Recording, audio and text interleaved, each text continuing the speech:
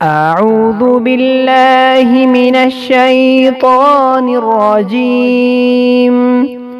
بسم الله الرحمن الرحیم.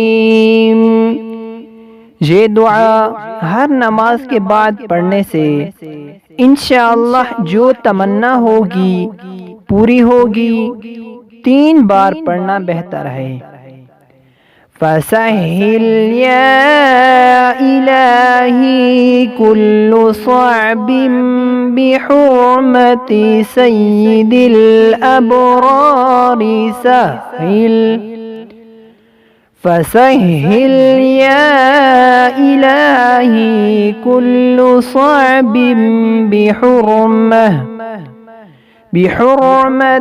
सय्यिदिल अबरारि सहिल।